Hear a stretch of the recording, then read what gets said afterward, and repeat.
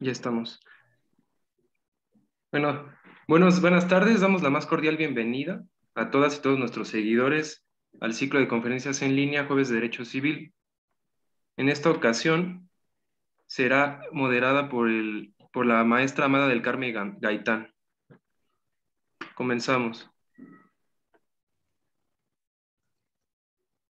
Buenos días a todos los que nos escuchan en nuestros jueves de Derecho Civil, en nuestra ahora cuarta temporada.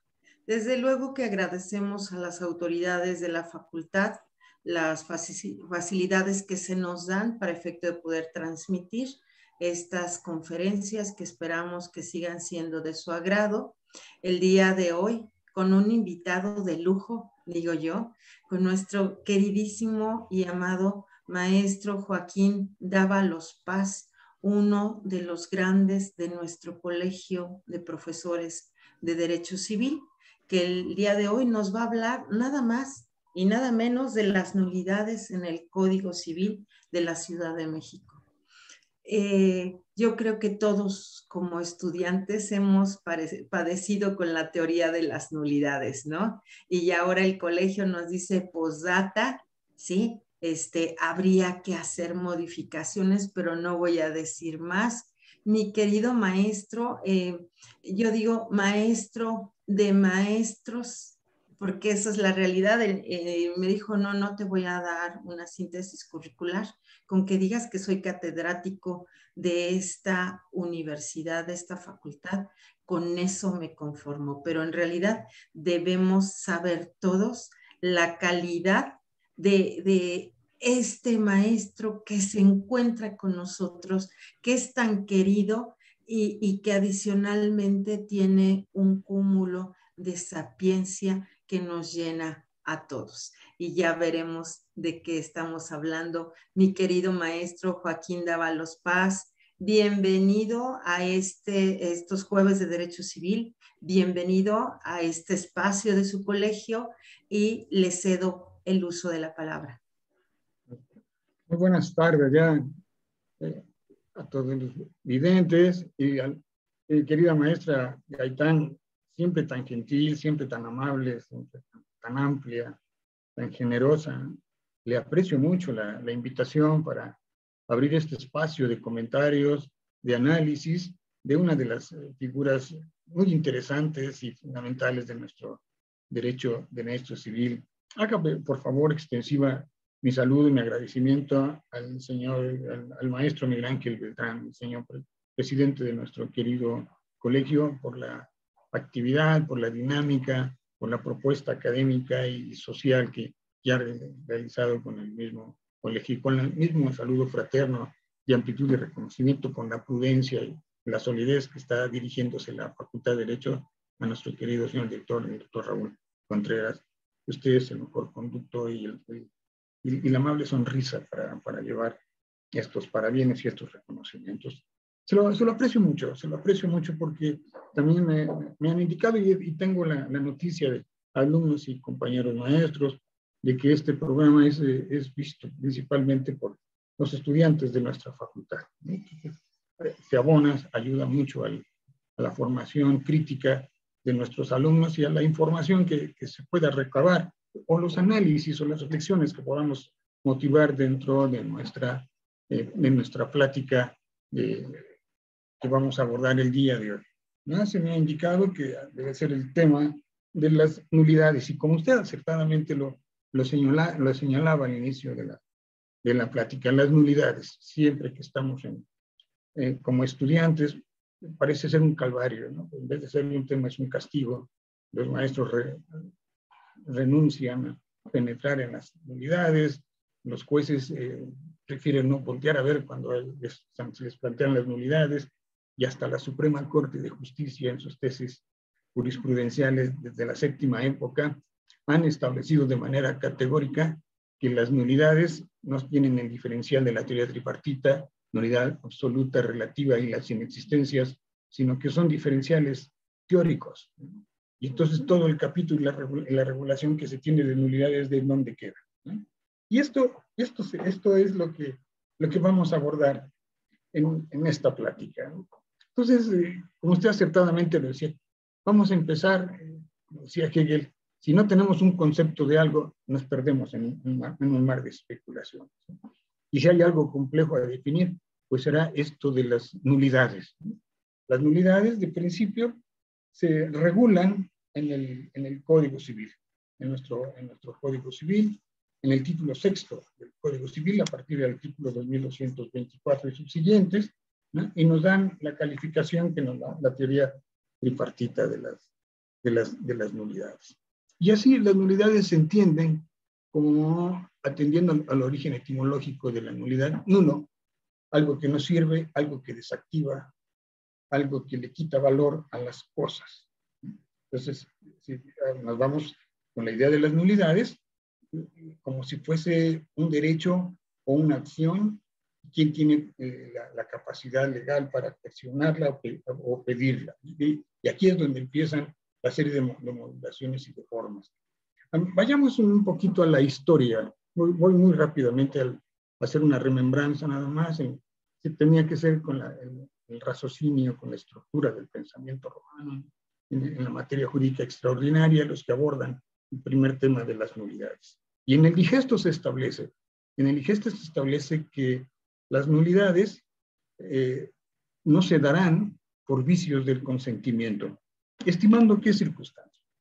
Estimando la siguiente circunstancia: que por las formalidades con las que se realizaban los contratos romanos, pues los intervinientes en el contrato deberían de estar plenamente conscientes para manifestar su voluntad. Hay que tener en cuenta que la mayoría de las personas pues no eran analfabetas, y entonces cuando se realizaban los contratos se realizaban con todas las formalidades y las solemnidades. Entonces así decían: tú cuando vas a manifestar tu consentimiento en un contrato formal solemne, ¿no? Entonces debes de pensar bien. Si tienes por ahí un dolo en el contrato, debes de escapar de ese dolo que se plantea y ser prudente y no firmarlo si así lo ves, ¿no? Y el otro elemento, la violencia, ¿no? La presión, el vicio de la voluntad, cuando se ejerce una fuerza, una violencia física o moral. Y si tienes que tener la firmeza y la entereza de sobreponerte y el valor para saber firmar cosas. Entonces, por eso es que las nulidades no se estimaban como vicios del consentimiento. Más sin embargo, los juristas romanos subyace un evento, un elemento por el cual se pueda combatir aquellas formas que impiden que la voluntad y que el consentimiento florezcan ante los actos jurídicos que se realizan. Bien, entonces, cuando nosotros abordamos el tema de las nulidades, yo les quisiera pedir que a la vez que tenemos la imagen de las nulidades, en paralelo pongamos la imagen de los actos jurídicos, ¿no? Y reflexionemos sobre este fenómeno. ¿Para qué nos sirven los actos jurídicos o cómo surgen en nuestro derecho? Bueno, como ustedes saben, nuestro Código Civil sigue la tradición del Código francés y el Código llamado napoleónico, a su vez también de la compilación agustinanea, y ahí emerge en el siglo XIX, con las codificaciones del Estado de Yucatán en el 36, con las codificaciones del Estado de Oaxaca y las codificaciones federales de 1870 y las de 1884, hasta llegar al Código del 28 que inician en el 32. Y aquí en esto tenemos una dogmática respecto de los actos jurídicos muy bien realizados. Y nos preguntamos, ¿para el qué o el por qué de las cosas? ¿Cómo se conforman estos actos jurídicos? Bueno, los actos jurídicos se generan para regular la personalidad, los actos civiles de los sujetos, pero también su patrimonio. Entonces, son verdaderamente las figuras estelares de la construcción del derecho. Conforme a la teoría tripartita francesa, de principios del final del siglo XIX, principios del siglo XX, se estima entonces que los actos jurídicos son, por definición, una manifestación de voluntad. Una manifestación de voluntad que tiene un fin, tiene un motivo, tiene un porqué, tiene una razón de ser. ¿Para qué? Para crear relaciones y consecuencias de carácter jurídico, y que estas relaciones y consecuencias de carácter jurídico sean reconocidas por la instrumentación, por el contexto de la legislación, y esto permita la explosión de los actos jurídicos de los seres humanos. Entonces, esa trascendencia que tienen los actos jurídicos, pues obedecen también a una metodología, a una incrustación, a una formalidad en su estructura. Y estas estructuras, en un gran resumen, pues, las podemos identificar como las estructuras nucleares, que tiene un objeto y que tiene una voluntad manifiesta, porque los actos jurídicos, por definición, son manifestación de voluntad, ¿eh? Y hay algunos otros que se revisten de una solemnidad, como es precisamente el matrimonio, que sin esa solemnidad, pues simplemente no es posible el matrimonio si no se realiza dentro de las solemnidades que nos mandata la ley. Ese centro nuclear, la doctrina le ha denominado precisamente los elementos esenciales.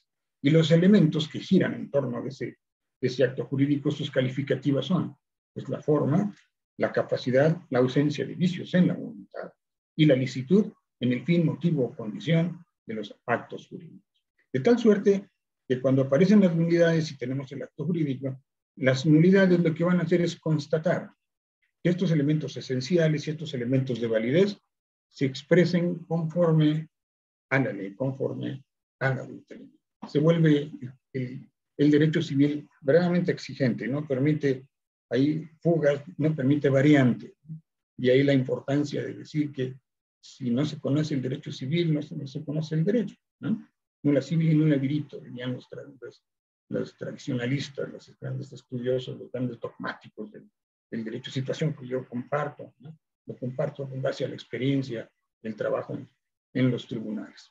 Y entonces vemos que las nulidades van a girar calificando cada uno de estos componentes de los actos jurídicos.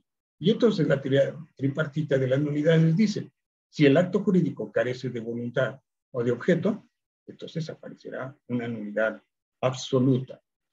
Si ese acto jurídico de lo que carece es de una forma, si carece de una capacidad entre las partes, o si hay una violencia, hay un aspecto que lesione la libre voluntad de las partes o ilicitud en el fin, motivo o condición de ese mismo acto, aparecerá en algunos casos una nulidad relativa y en otra aparecerá una nulidad absoluta, ¿no? Será Bonecas el que nos dice, sí, pero no solamente están esas dos categorías, ¿no? Como la definición normal de las nulidades, sino que resulta que hay actos jurídicos que se realizan a los que debemos de llamar inexistentes. ¿Por qué? Porque carecen del consentimiento y porque carecen del objeto jurídico. Y al parecer esto nos plantea pues un juego de palabras, un juego mental, que decimos, a ver, si el acto jurídico por definición es la manifestación de voluntad, entonces no puede ser que exista un acto jurídico si no se tiene voluntad, ¿no? Entonces dice, bueno, en caso, alto, lo que sucede es que hay actos jurídicos en los que se simula el consentimiento o la voluntad, ¿no? Pero no van a existir nunca, o no tienen algún elemento esencial, como en la solemnidad. Usted puede estar muy enamorado, va y contrae matrimonio religioso con su pareja, ¿verdad? Y así tienen de vivir 30 años, hay una familia, hay una estirpe, hay una descendencia, sin embargo nunca compareció ante el juez del registro civil. Y entonces ese acto jurídico, pues nunca se va a llevar a cabo. El matrimonio civil nunca se llevó a cabo. Se formuló un concubinato, pero no un matrimonio civil. Entonces dice, oiga, vengo a aplicar la nulidad del acto, es inexistente. Pues no hay nada. Ahí no hay más nada que hacer, ¿no? Y veamos cuáles son las características de unos y los otros para ir desglosando cada una de las diferentes aristas que de manera muy interesante nos plantean las nulidades. Les pediría yo que tengan un esquema mental y en el primer cajoncito vamos a poner a la nulidad absoluta, a la inexistencia y a la nulidad relativa. En el primer renglón. Las nulidades absolutas y la inexistencia no son confirmables ni convalidables. Es decir, cuando un acto jurídico ha nacido a la vida jurídica, no se le puede dar más nada, no se le puede dar más trascendencia y no se le puede convalidar, ¿no? Ese no poder convalidar, ese no poder darle, también le aplica que no puede ser confirmado. Nadie, mediante una representación o ninguna figura jurídica, puede confirmar ese acto jurídico. Es inconvalidable, es inconfirmable. Y también tienen las categorías de ser imprescriptibles. Es decir, el simple transcurso del tiempo no lo va a hacer posible, no lo va a hacer positivo, no lo va a perfeccionar. Y convocar en un ejercicio de nulidad podrá ser en todo momento o cualquier circunstancia. Entonces es imprescriptible. En esas dos categorías también, ¿quiénes podrán estar legitimados para convocar una inexistencia o una nulidad absoluta? Pues cualquier tercero sí puede hacer esa convocatoria. No así cuando hablemos ahora en el tercer renglón de las nulidades relativas. Las nulidades relativas sí pueden ser confirmables, sí son prescriptibles, ¿no? Y sí solamente pueden ser demandadas o pueden ser desactivadas por las personas, el colectivo que haya intervenido en la realización de ese acto jurídico. No está abierto a los terceros. Y tal parece que ahí la situación es muy clara, parece que no hay problema, es de fácil entendimiento, pero cuando esto rueda en el mundo cotidiano y rueda en el mundo de lo jurídico, pues empiezan a aparecer algunas circunstancias y algunos fenómenos en los cuales se entremezclan unas posibilidades y se entremezclan otras. Y hay veces que no hay capacidad de distinguir entre unas y otras y los efectos que pueda hacer. Lo primero que yo les pediría es una reflexión, es decir, ¿quiénes pueden hacer en el juicio civil en México?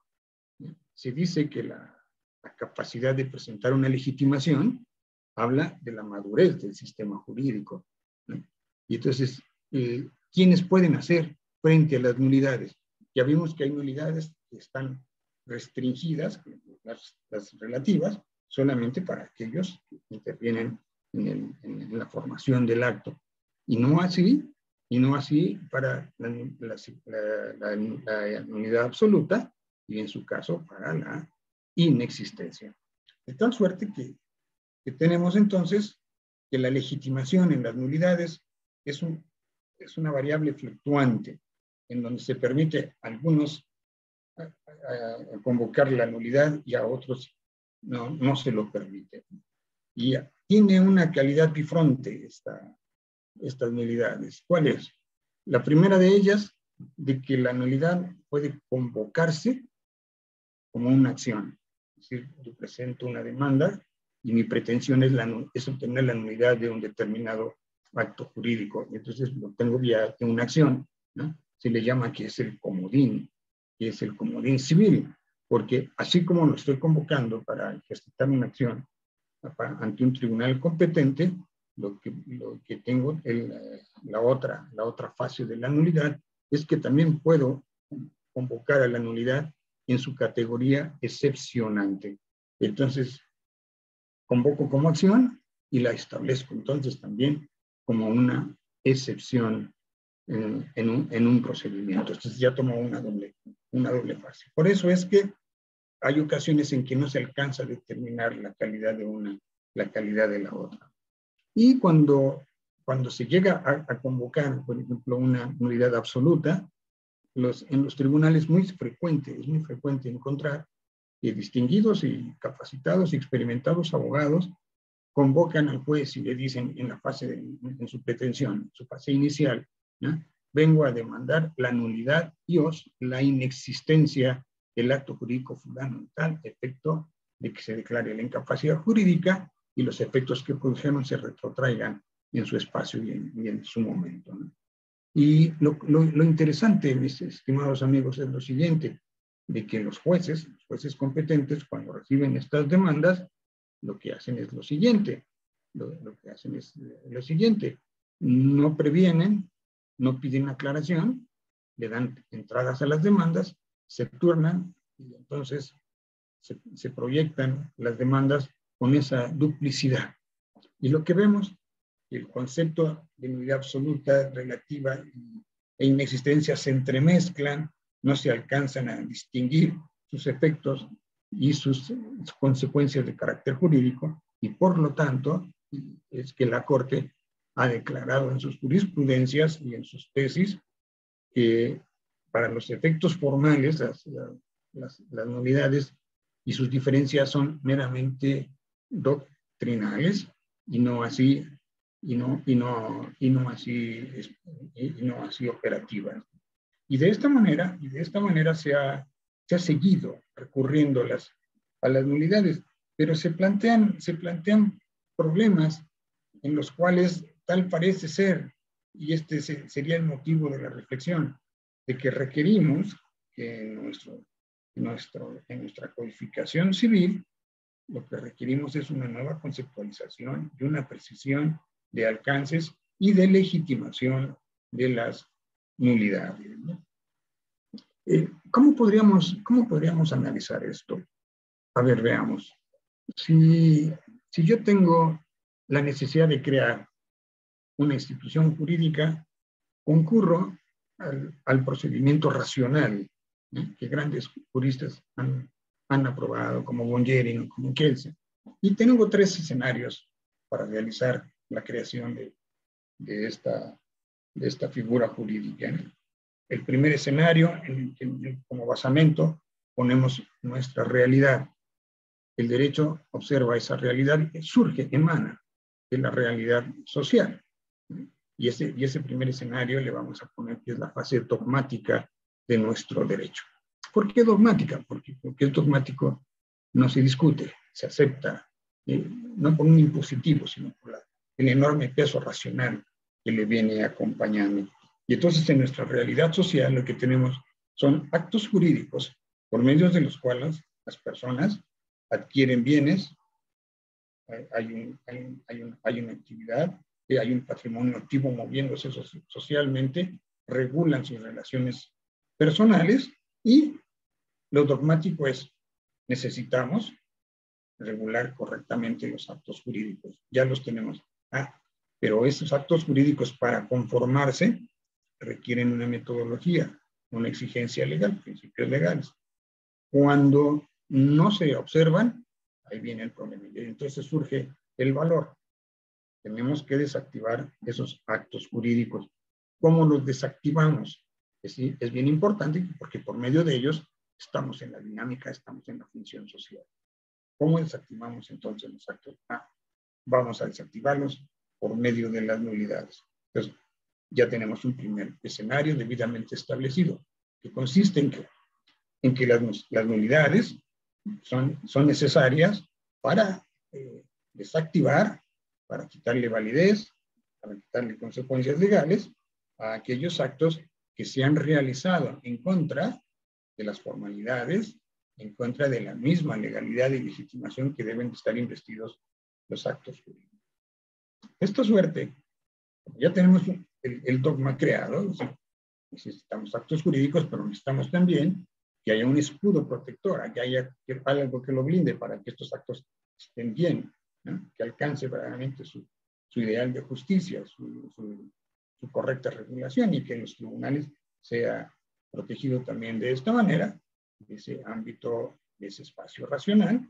Vamos a trasladarnos entonces a la utilidad, ¿no?, al sistema. Ya tengo la dogmática, estoy convencido de qué van a decir, entonces ahora en el sistema, ¿qué es lo que hago? En el sistema, la parte sistemática de la creación de esta institución, no es otra cosa más que hacer el derecho positivo de aquella institución que permite desactivar los actos jurídicos, a la cual le vamos a denominar en términos genéricos las nulidades, ¿no? Ya lo tenemos en el sistema, es útil, está racionalmente planteado. ¿Por qué es importante el sistema? Bueno, porque la parte sistemática, pues es parte coyuntural, definitoria, calificatoria, precisamente del derecho, ¿sí? El derecho, el cúmulo normativo del derecho, es un sistema, ¿no? No podemos hablar del derecho en su concepción más amplia o más reducida, o más moderna o primaria. En todos ellos está filtrado con toda pulcritud el sistema. ¿Qué es el sistema? Pues es el procedimiento ordenado de las consecuencias, ¿no? Qué acertados los médicos cuando nos dicen, tengo un sistema digestivo. Bueno, empieza la ingesta, boca, el esófago, el estómago, se agregan los líquidos pancreáticos, biliáticos, intestino delgado, extracción de los nutrientes, intestino grueso, execración de las mismas. Este sistema permite la vida del individuo. Si no se realiza el sistema como es, el individuo va a fallecer. Entonces, cuando voy ante el juez, no empiezo llevándole las pruebas, no empiezo haciéndole una alegación, ¿no? Tengo que cubrir la fase iniciática con la demanda, en donde argumento, pongo mis hechos y propongo las pruebas que están soportando estos hechos a los que estoy convocando, ¿no? Esa parte sistémica se ha completado ahí. ¿Cómo se define el derecho positivo? Pues es todo aquello que ha emanado precisamente de los órganos capacitados para crear las leyes. Entonces aquí vemos el derecho traduciéndose operativamente, dinámicamente, en una sistemática. ¿Por qué me importa mucho el derecho objetivo? Viene del derecho establecido, del derecho positivo. Bueno, porque el derecho objetivo desdobló entonces al derecho subjetivo. Y en este derecho subjetivo, aquí es donde entra la figura de la nulidad. Ese es el derecho de opción que tengo para hacerlo valer ante las autoridades judiciales. En la teoría de las nulidades, ¿quién es el único autorizado para hacer la declaratoria de una nulidad? No es más que el juez. Entonces, ya tengo un primer escenario, he cubierto la dogmática del derecho, me ha satisfecha, entonces ahora paso en la sistemática. Ya creé el derecho objetivo, y en el derecho objetivo tengo el derecho subjetivo. ¿Cómo voy a hacerlo valer esto ante el tribunal? En el tercer escenario, la técnica de aplicación del derecho. ¿A quién ubico en el tercer escenario? Bueno, pues iniciaríamos con las leyes que rigen a los tribunales, quiénes son los jueces competentes para conocer de las nulidades, los códigos procedimentales que nos exigen y que nos llevan a conocer a estas nulidades, y luego, desde luego, los operadores jurídicos, los jueces y los magistrados. Aquí, con la técnica que se tiene para manejar el derecho, podemos entonces subsumir una fase dogmática, una fase sistemática, tengo mi declaración de nulidad y la puedo hacer valer ante un tribunal. En la cuestión de las nulidades, solamente el juez de instancia en la Ciudad de México y el juez civil es el único que está capacitado para decretar las nulidades de carácter civiles. Es bien importante que se tenga presente esto, porque ha sido tal el desarrollo de las nulidades que inclusive se presentan las nulidades procesales. Si yo estoy en un procedimiento civil y hay un vicio o una inobservancia formal en el emplazamiento de un juicio, pues entonces se puede convocar a la nulidad a partir de la siguiente promoción que se realice dentro del procedimiento, precisamente alegando ese vicio, la falta de formalidad y de legalidad en el emplazamiento de la demanda. Pero no solamente son las nulidades declarativas, sino que tienen sustancia.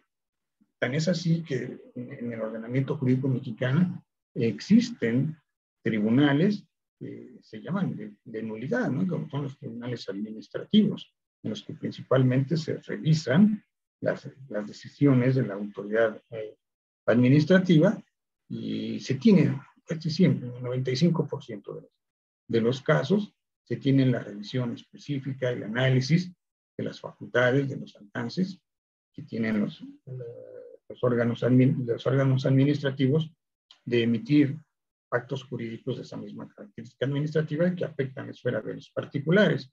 Y esos tribunales se dedican exclusivamente a hacer esas declaratorias, esas situaciones de los procesales. Bien. Regresemos entonces. Tenemos ya una construcción racionalizada de las nulidades.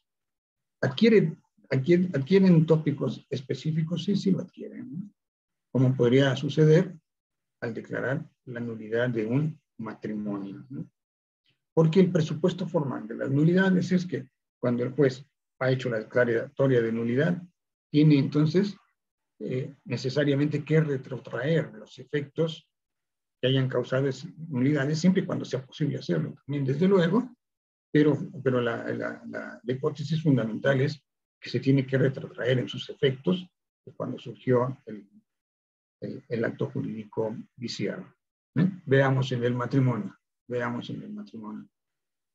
Un matrimonio que es declarado nulo puede retrotraer sus efectos, realmente lo puede hacer. En algunas circunstancias sí, las más de las veces no lo es. Veamos, porque vamos a un ejemplo directo de vida cotidiana.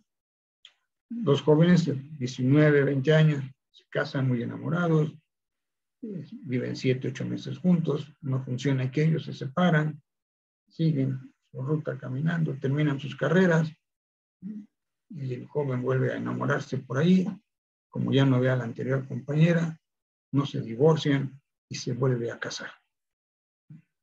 Se vuelve a casar, integra una familia muy ordenadita, ahora hay 3 hijos, ¿no? Y después de 15 o 20 años, ¿no? alguien dice, vengo a demandar la nulidad de este matrimonio, ¿no? El juez que conoce del asunto consagra, como debe de ser, la nulidad de ese segundo matrimonio, ¿no? ¿Por qué? Por la existencia del primer vínculo que no fue disociado. Consagra esa nulidad. ¿Lo puede retrotraer en sus efectos? Evidentemente que no. Porque sucedió lo siguiente. Esa persona, la cónyuge en segundas nupcias, este señor, compareció ante el registrador, ante el registro civil, y llevó al segundo niño, que no era hijo de papá, pero con su acta de matrimonio lo registró como su hijo.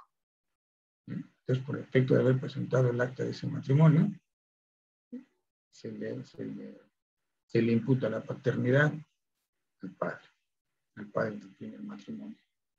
Y de esta suerte sigue la vida, sigue caminando.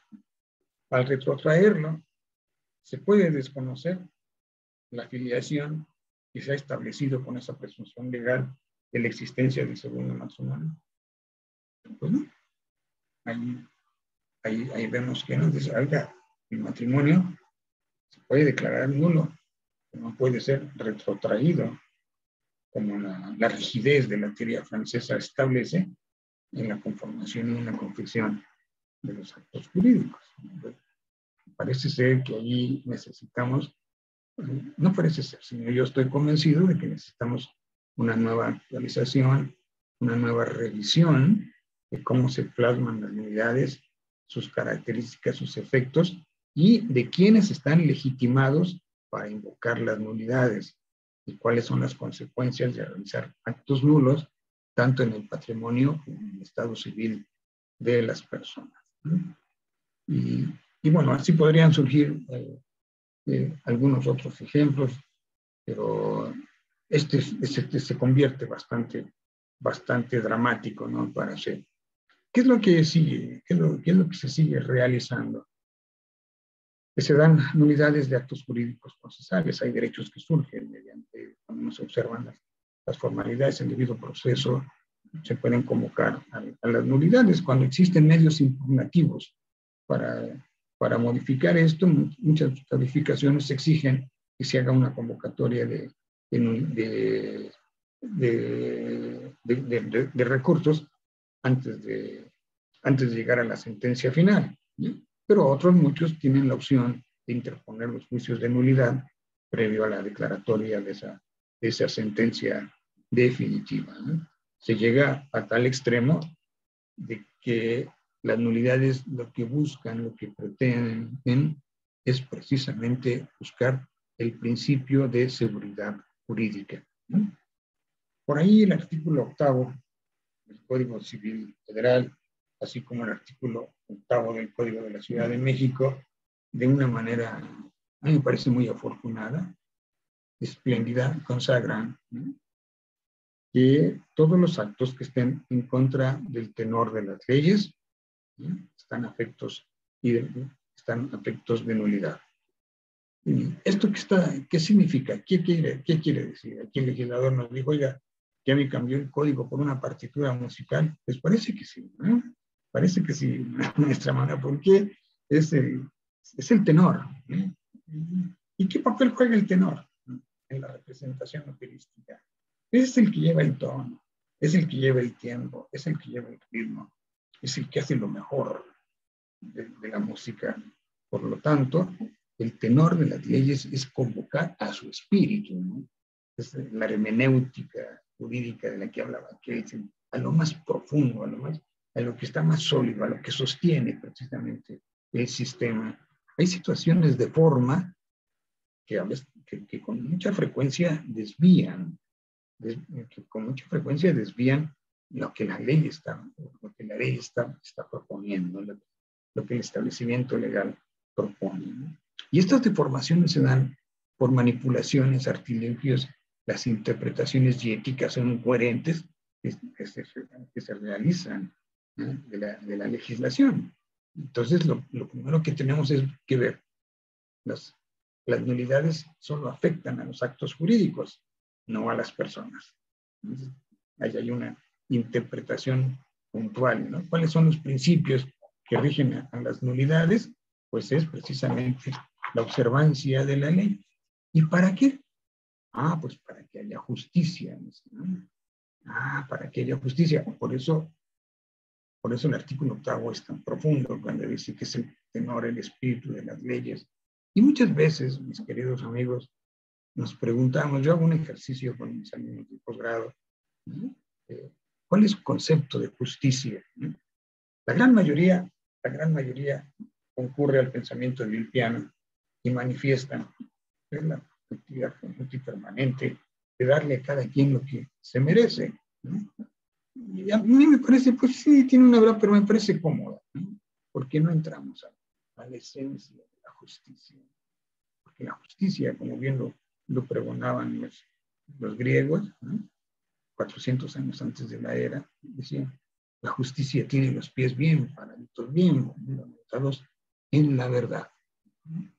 Entonces, en los juicios, en el derecho y en todas las artes de la vida, si no existe verdad, si no se da la verdad, pues no tenemos juicios justos.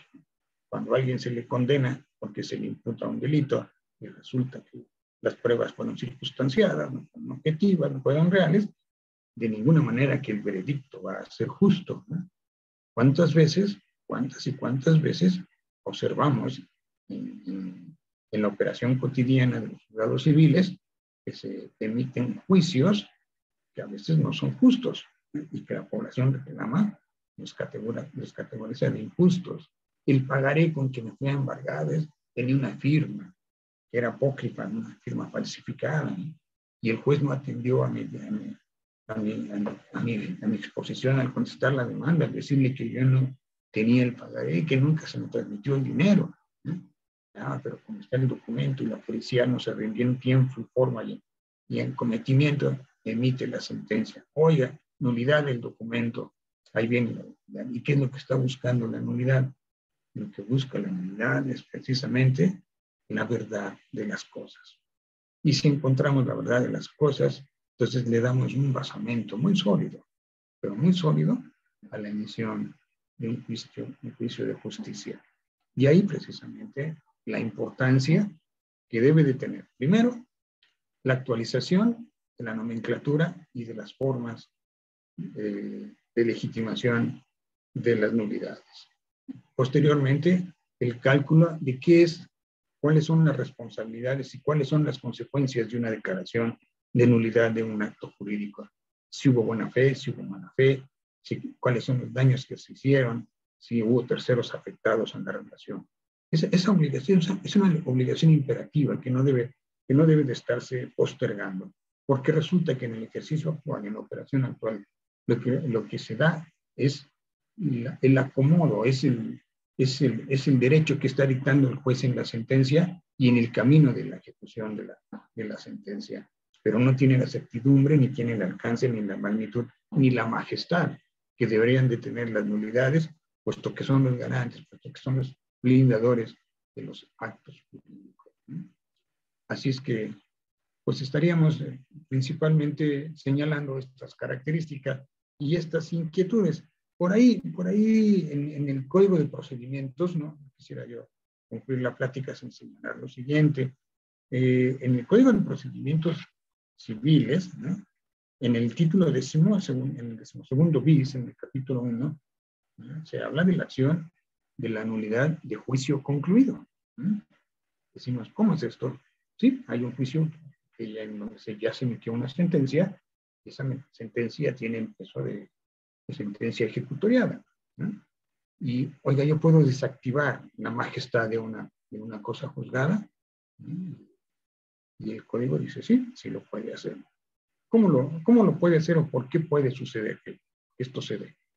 Porque mire usted, si me acredita, son los requisitos para interponer la nulidad de juicio concluido, que la prueba que fue basamento, la prueba base para realizar el juicio resultó falsa, entonces usted no puede convocar a la nulidad de un juicio concluido. El otro requisito que demanda el código para interponer este juicio es que se acredite una colusión o maniobras fraudulentas de las partes que intervienen en el juicio en contra del actor del propio juicio donde se está demandando la nulidad. Y bueno, pues nos detenemos un poco a reflexionar esto, es decir, ¿cómo es posible que la majestad de una sentencia que a causa de ejecutoria tenga yo la capacidad legal de interponer el juicio de nulidad? El código se vuelve exigente porque nos dice que para estar legitimados e interponerlos debe ser de las partes, lo pueden hacer solo las partes intervinientes dentro del juicio del que se va a pedir la nulidad, o bien sus causavientes, ¿no? O terceros que hayan sido afectados con este juicio, con esta decisión judicial que por este medio se impugna, ¿no? Y hay algo importante, el abogado que asesore en un juicio de estos es solidario, responsable, ¿no? de los gastos, de las costas y de la cuantía que se tiene que pagar para el caso de que sea peligroso el juicio, ¿no? La ley restringe mucho. Entonces aquí quienes están legitimados para estos, los acabamos de señalar. ¿Durante qué término? ¿No? ¿Será un año a partir de que se tuvo conocimiento o 3 meses después de que se suspendió la actividad del procedimiento? ¿Sí? Se vuelve muy exigente, se vuelve extraordinario, de ahí, pues claro, la carencia, la falta de acudimiento al tribunal para convocar este juicio, y además al operador jurídico, al abogado asesor, lo ponen en la picota, ¿no? Y va a estar alegando, le va a costar tanto, y lo vamos a hacer solidario de las resultas del procedimiento. Hace aproximadamente 5 o 6 meses, mis estimados amigos, llegó aquí de una manera muy elocuente al despacho, ¿no? Un señor ingeniero y el propietario de una escuela que se ubica en la calle de La Tasqueña, una escuela particular con 1,500 alumnos, y venían verdaderamente sorprendidos porque en la mañana llegaron contingentes de policía apoyados con soldados y desalojaron la escuela, ¿no? Porque venían a ejecutar un juicio ejecutivo mercantil que se había llevado en el estado de Huixquilucan, en el municipio de Huixquilucan, en el estado de México, ¿no? Y el juez exhortante, como había llevado a remate el inmueble y la adjudicación ya venía, pues fue a tomar posesión del inmueble, y cuando llegó aquí venía con 2 abogados y una señora muy llorosa, totalmente desquiciada, ¿no? Y me presentan los juicios, empezamos a ver el expediente, y en la demanda, una demanda ejecutiva mercantil, demandan al colegio y comparece su apoderada junto con un poder notarial que le facultaba para hacer los actos de pleitos y cobranzas, que era la señora. Dije, bueno, pues aquí está la señora, contestó la demanda, ¿por qué se da sorprendido? Y la mujer llorando, dice, yo nunca he ha contestado ni tenía noticia de esto. Sí es mi poder, no es mi firma, aunque se parece, pero no es mi firma. Viene la sentencia condenatoria, hay una apelación que se interpone también de manera surrepticia, se va a la apelación, confirma la primera instancia, incluso se llega al juicio de amparo, se niega el juicio de amparo. Es decir, se había hecho toda una simulación procesal jurídica completa. Cuando llega, después de Whisky Lucan, ordena darle posesión a la parte actual, con total desconocimiento del colegio y de sus propietarios, y se consumó el ilícito brutal, ¿no? Simulaciones de actos jurídicos, sí. ¿Cómo reponen o cómo enfrenta nuestro código esta situación de nulidad? Podríamos haber detenido la diligencia en el momento, cuando era obvio, porque no se justificaban los dineros, las formas, ni las publicaciones aquí del juicio. No, sin embargo, todo el mundo quedó callado, absorto, y se ejecuta una verdadera violación absoluta a los derechos, una violación a la ley, algo que avergüenza a los tribunales. A los 2 meses después vienen unas personas aquí de la colonia del Valle, ¿no? Y la señora y el señor lloriqueando. Oigan, nos acaban de desalojar hoy en la mañana. ¿Y qué creen? Otra vez, un exhorto del juez de Whisky Lucan con todos los juicios debidamente instrumentados. Y dice, ¿cómo queda el Estado mexicano? ¿Cómo queda la justicia? ¿Cómo quedamos nosotros como abogados, como operadores? ¿Cómo queda todo nuestro contexto? ¿Eh? Si los actos jurídicos son para enaltecer, para dar seguridad, para blindar, para dar agilidad, para enriquecer el patrimonio, y las nulidades aquí nos parecen perezosas, ¿no? Parece que necesitamos tener articulaciones más rápidas, ¿no? Parece que necesitamos tener pues, modificaciones sustantivas y procesales de fondo para calificar correctamente, para blindar debidamente lo que debe de ser blindado, la certeza y la seguridad jurídica en la realización de los actos jurídicos, así como de los procesos en donde se hagan valer los actos jurídicos que generen el patrimonio. Y bueno, pues esto se queda ya como un asunto pendiente, tal vez en trabajos académicos podamos seguir diciendo las aportaciones que ya tenemos formuladas al respecto para que las podamos analizar en una práctica subsecuente. Ahorita vimos este antecedente como un primer soporte, una primera visión de lo que estimamos debe de ser mejorado, porque si bien es cierto, el derecho tiene una gran verdad, la verdad de la razón, del orden, de lo magnífico, ¿no? Por ser con esa categoría, admite entonces también la capacidad de ser actualizado, ser modernizado y ser dinamizado. Pues por mi parte sería todo. Yo le agradezco muchísimo a la maestra Amada su amable invitación, su presencia, al querido maestro Miguel Ángel Beltrán, nuestro afecto, nuestro reconocimiento, ¿no? Cariñoso y respetuoso, y la dinámica tan bonita en la que está inmersa el colegio, ¿no? Y la propuesta académica que tiene, ¿no? Cuídense mucho y les aprecio mucho la posibilidad de haber dialogado, intercambiado estas opiniones. Ojalá hayan sido útiles para los jóvenes estudiantes, y si me lo permite la maestra, que es la conductora, si hay preguntas, dudas o incluso criterios en contrario que podamos poner para poderlos enriquecer con una contrarréplica, pues sería muy grato para mí hacerlo, ¿no? Muchísimas gracias. Muchas gracias, querido maestro Amada. Como siempre, nunca faltas, nunca fallas, siempre estás aquí. Yo quiero agradecer a mi querido amigo y maestro Joaquín Dávalos que esta plática tan interesante con este tema que parecería, pero solo en apariencia, ser un tema superado y del cual platicábamos el otro día, recordarás, maestro, que se nos olvida hacer hincapié a los alumnos de la importancia que tiene la teoría general de las nulidades en la formación jurídica de ellos como abogados. De pronto, estos temas que son pilares del derecho civil, mucha gente ya no los ve y mucha gente los descuida. Y eso pues solo redunda en una mala preparación de los alumnos y en un defectuoso ejercicio del desempeño profesional.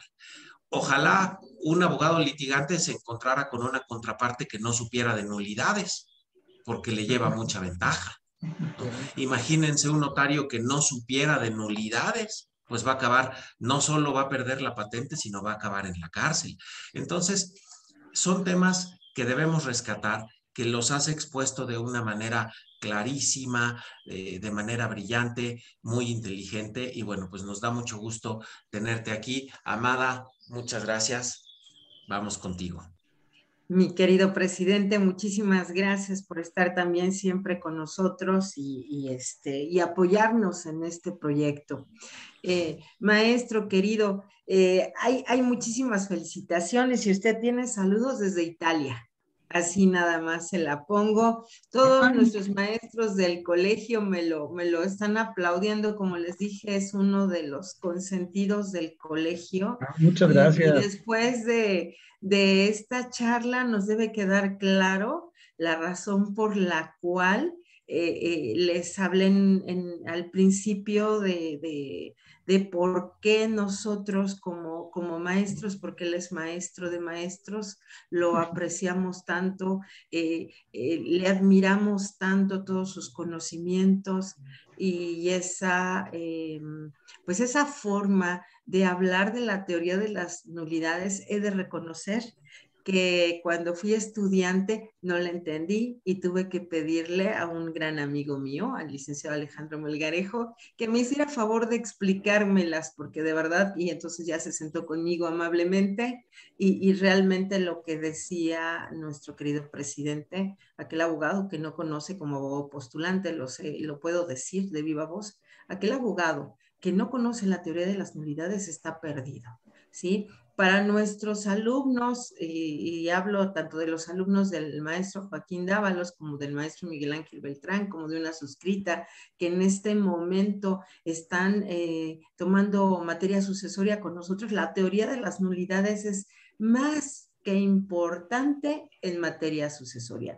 Y si hablamos de materia familiar, sucede lo mismo, nada más que allí tiene sus toques especiales, la materia de nulidades en materia familiar, porque propiamente no podemos hablar de una nulidad absoluta. Yo digo que es una nulidad absolutamente relativa, ¿sí? Porque tiene sus reglas específicas. Entonces, no es algo que nosotros podamos comprender de un primer momento, pero usted nos ha definido y nos ha llevado, como dijo usted, ponemos en un cajón una cosa, ponemos en otro cajón otro, y bueno, vamos armando todo aquello que podemos entender como la teoría de las nulidades. Yo considero que fue tan claro que nada más encontramos por ahí una o dos preguntas que además resolvió en el transcurso de su exposición, maestro. Le agradecemos infinitamente su Agradecido tiempo. soy yo con ustedes, un placer en saludarlos.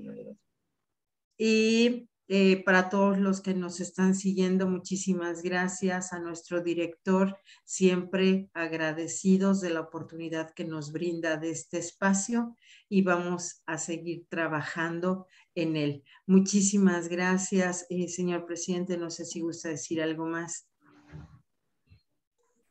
Nuevamente agradecerle a todos, agradecerle, ya decía mi maestro Joaquín Dávalos, desde luego a ti, Amada, al señor director. En el Colegio de Profesores de Derecho Civil trabajamos incansablemente. Ahora estamos con una nueva actividad importantísima que es un diplomado junto con la Facultad de Derecho y junto con el Colegio Nacional del Notariado Mexicano, un diplomado de contratos precisamente, así es que la exposición del día de hoy del maestro Dávalos Paz pues nos servirá muchísimo para quienes vamos a hablar de contratos. Entonces, agradecerles, nos vemos el próximo jueves, cuídense todos y muchas gracias. Ha sido un placer, que tengan muy buenas tardes. Gracias, maestro. Gracias a ustedes. Perfecto, ya se detuvo la transmisión en vivo. Muchas gracias a todos por su participación. Gracias. Muchas gracias, Eric. Gracias a todos.